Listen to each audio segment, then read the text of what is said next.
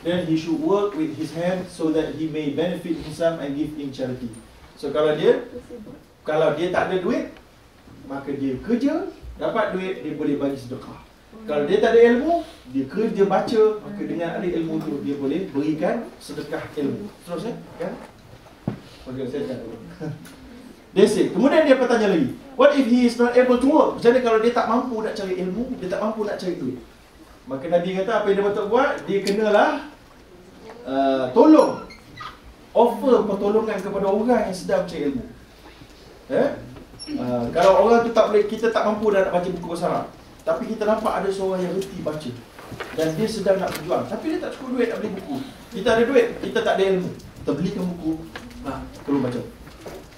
Kita berikan dia kemudahan. Kawan tu tak ada komputer, selalu guna komputer kat universiti saja untuk berdakwah. So kita ada laptop. Kau gunakan laptop tu. Itu cara dia. Kita berikan tangan, offer our hand. Kalau dari sudut dakwah, dan kalau sudut duit pun begitu juga kalau kita ada duit. Yang keseluruhnya, sahabat tanya lagi, macam mana itu pun dia tak boleh buat? Maka Nabi kata, then he should enjoy what is good and right. Maka dia kena bantu apa-apa. Bila ada orang buat kebaikan, dia kena berikan galakan sekali. Dia tolong buat sekali. Kalau benda tu memerlukan tenaga. Dia tanya, kalau tak boleh juga, maka Nabi SAW kata, yang paling minimum dia kena buat adalah dia kena refrain himself from doing evil deeds. Maka dia kena elakkan diri dia daripada buat benda-benda yang tidak bermoral dan salah di sisi Islam. Itu pun adalah satu pemberian sebenarnya. Hadis Sahih Muslim dan Bukhari. Itu dia. Okey. Kemudian itu adalah status diri tak ada ilmu ataupun tak ada duit. Itu yang perlu kita buat paling least. Kemudian disindir mad'u. Mad'u tu orang kita ajak, disindir. Alah kau pun sama juga. Alah muka macam kau ni nak ajar aku. Banyak sindiran-sindiran ini akan menjadi penghalang dan cabaran. Maka jadikan dia sebagai satu motivasi dan cabaran untuk ke depan, bukan ke belakang. Okey. Baik, kemudian Rasulullah bersabda, semoga Allah memberikan kebaikan dan keindahan akan seorang yang mendengar daripada kami sesuatu lalu ia menyampaikan kepada orang lain. So kita dengar sesuatu, kita sampaikan, maka barangkali orang yang mendengar itu lebih mengambil manfaat daripada orang yang menyampaikan. Tak semestinya orang menyampaikan itu lebih alim dan sentiasa lebih daripada orang yang mendengar. Itu poin dia. So walaupun kita kurang dari sudut ilmu, dari sudut harta, walaupun kita kurang, kita sampaikan juga apa yang kita dengar setakat kefahaman kita, maka kemungkinan orang yang mendengar itu ramai yang lagi pakar. Dia dengar kita cakap, dia teringat berangkai-rangkai cabang-cabang manfaat yang dia dapat sebenarnya. Walaupun kita tak tahu ilmu tu, yang dengar tu lagi banyak dapat manfaat daripada kita yang menyampaikan. So kita kena ambil peluang tersebut. Yang keseterusnya,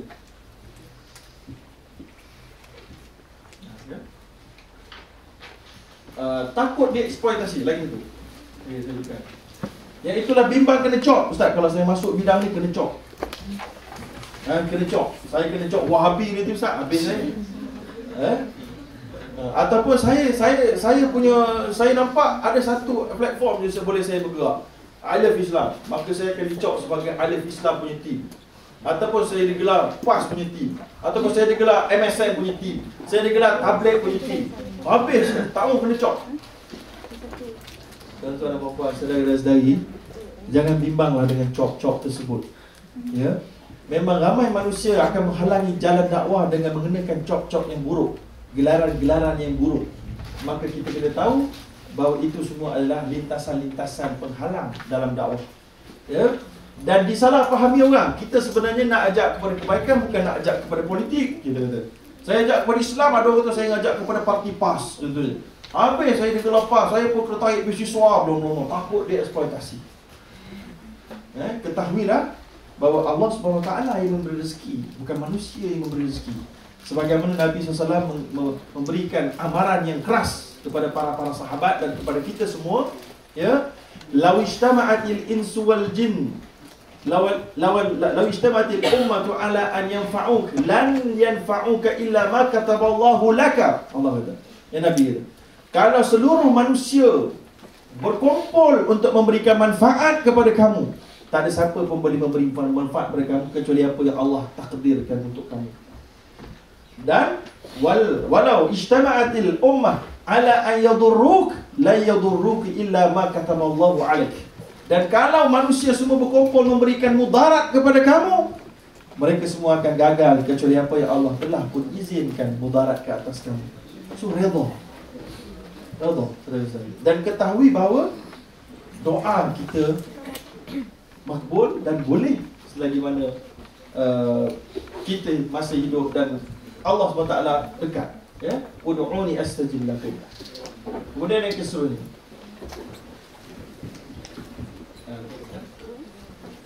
tidak ada setelah pernah usaha. Ada juga setengah orang dia dapat duit banyak, maka dia nak, ada orang minta sedekah contohnya, dia kata tak adil lah, aku susah-susah nak dapat 100 pound ni, bukan senang ni contohnya. Ataupun nak dapat RM2,000 sebulan ni, aku kerja kat Malaysia ni, habis ni sampai malam baru balik ni, tiba-tiba kamu minta senang je, aku nak bagi. Penat lelah kamu dapat secara penat. Biar aku jadi kamu, tak jadi aku. Jadi lintasan-lintasan jahat. Padahal dengan pemberian itu, barulah manusia ini menjadi sempurna. Dalam dunia ni memang akan ada manusia yang tak pandai, ada yang pandai. So jangan marah orang bodoh. Bodoh kamu ni. Kenapa aku jadi bodoh? Sebab ada orang bodoh lah kamu tu bermanfaat, betul tak? Kalau tak ada orang bodoh, kamu tak bermanfaat, semua pandai je. Nak ajar orang, dah tahu. Nak ajar orang, dah tahu. Nak buat apa? Aku ni aku bodoh. Semua dah tahu, nak ajar siapa, cuma duduk diam. Sebab apa? Semua orang dah pandai macam aku pun pandai. Tak ada siapa boleh ajar siapa. Kan? Rugi. So, lah. Nasib baik dah kamu bodoh, boleh ajar kan? Kalau tak ada orang tak pandai, so kita tak ada nilai. So jangan marah dia. Allah berikan dia peranan, Allah berikan dia. Nasib baik dia miskin. Sebab dia miskin lah, kamu boleh memberi dan mendapat faedah di sisi Allah SWT. Tapi janganlah untuk dia. Maknanya dia ada peranan di sisi Allah. Ya.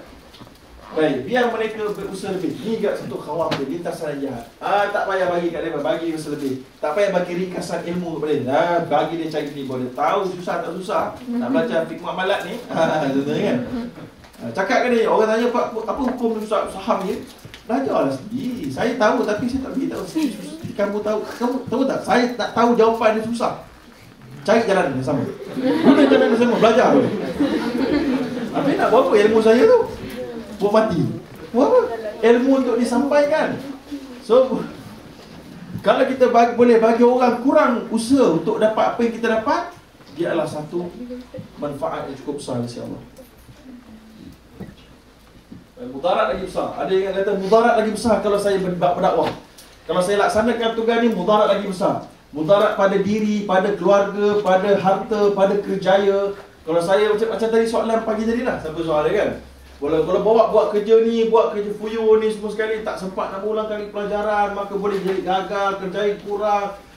Macam-macam lintasan. Kira-kira kalkulator membuktikan. Maknanya kira kalau waktu dia untuk berdakwah ni 5 jam, kalau saya niaga internet, wow, 20,000 boleh dapat ni. Betul. Kira-kira kalkulator sentiasa menghantui dia. Maka Allah SWT berikan ingat kepada kita. Dan tinggalkanlah orang-orang yang menjadikan agama mereka sebagai mainan dan senda gurau. Okey, so agama ni saudara Zai bukan senda gurau dan mainan. Dan mereka telah ditipu oleh kehidupan ini. Orang yang sentiasa buat kira-kira kalkulator dalam nak berdakwah ni, ya, kalkulator. Nak pergi berdakwah, minyak, makan, berapa ringgit, berapa pound, ini berapa pound, kalkulator. Oh, lepas tu berapa agaknya orang dia bagi? Kalau masjid dia bagi RM60, oh tak balik modal. Ustaz Haji, saya tak dapat datang lagi syarah hari ni. Sebab apa? Ada keuzuran sikit. Ada keuzuran ni sebab kalkulator menunjukkan tak berbaloi, dia suruh duit. Maka dia tak pergi. Maka Allah kata, ditipulah mereka oleh kehidupan dunia. Ditipulah. Peringatkanlah mereka dengan Al-Quran itu agar masing-masing tidak dijerumuskan ke dalam neraka kerana perbuatannya. Tidak ada baginya pelindung dan tidak ada pemberi syafaat selain daripada Allah. Ya? Baik. Ini adalah antara dalil-dalil yang kita kumpulkan tadi. iaitulah thalathu muhlikat, 3 penghancur, syuhun muta', iaitulah kebakhiran yang ditaati, kebakhiran duit dan kebakhiran ilmu. Ya, tak mau beri, sembunyikan ilmu. Nabi kata, sesiapa man katama syai'an minal ilmi aljarahu bil jamin minan nar. Siapa yang menyembunyikan ilmunya, maka Allah akan lontarkannya dengan api neraka. Ya. Wa hawa muttaba', hawa nafsu yang sentiasa diikuti. Wa ijabul mar'i bi nafsih, dan kagum dengan kehebatan diri sendiri. Okey. Kemudian kita kena tengok ni. Kalaulah kita sekarang kita nak beri, kita selalu merasa rendah diri dengan sebab rendah diri, ataupun kita sentiasa melihat nak ajak orang kepada kebaikan, kita lihat harta dia banyak, ataupun kita cemburu dengan orang punya harta banyak dan seumpamanya, maka Nabi ajar kita, sesiapa yang melihat tentang agama kepada mereka lebih jauh pada diri, lalu dia berusaha mengikuti. Itu yang kita kena buat. Ya. Jangan kita cemburu dengan harta manusia yang banyak, tapi kita kena cemburu dengan agama mereka yang banyak kita ikut. Hal keduniaan, kita tengok orang bawah. Jangan kita tengok hal keduniaan, kita tengok orang yang lebih kaya. Oh, dia kaya betul. Kita berminat membaca cerita-cerita jutawan. Cerita-cerita, siapa nama yang Virgin punya token tu? Branson. Richard Branson. Kita minat baca dia punya biografi. Kita minat baca biografi, kalau ada, belum ada lagi, Taslim Muhtar Bukhari. Tapi kita tak berminat membaca biografi Muhammad.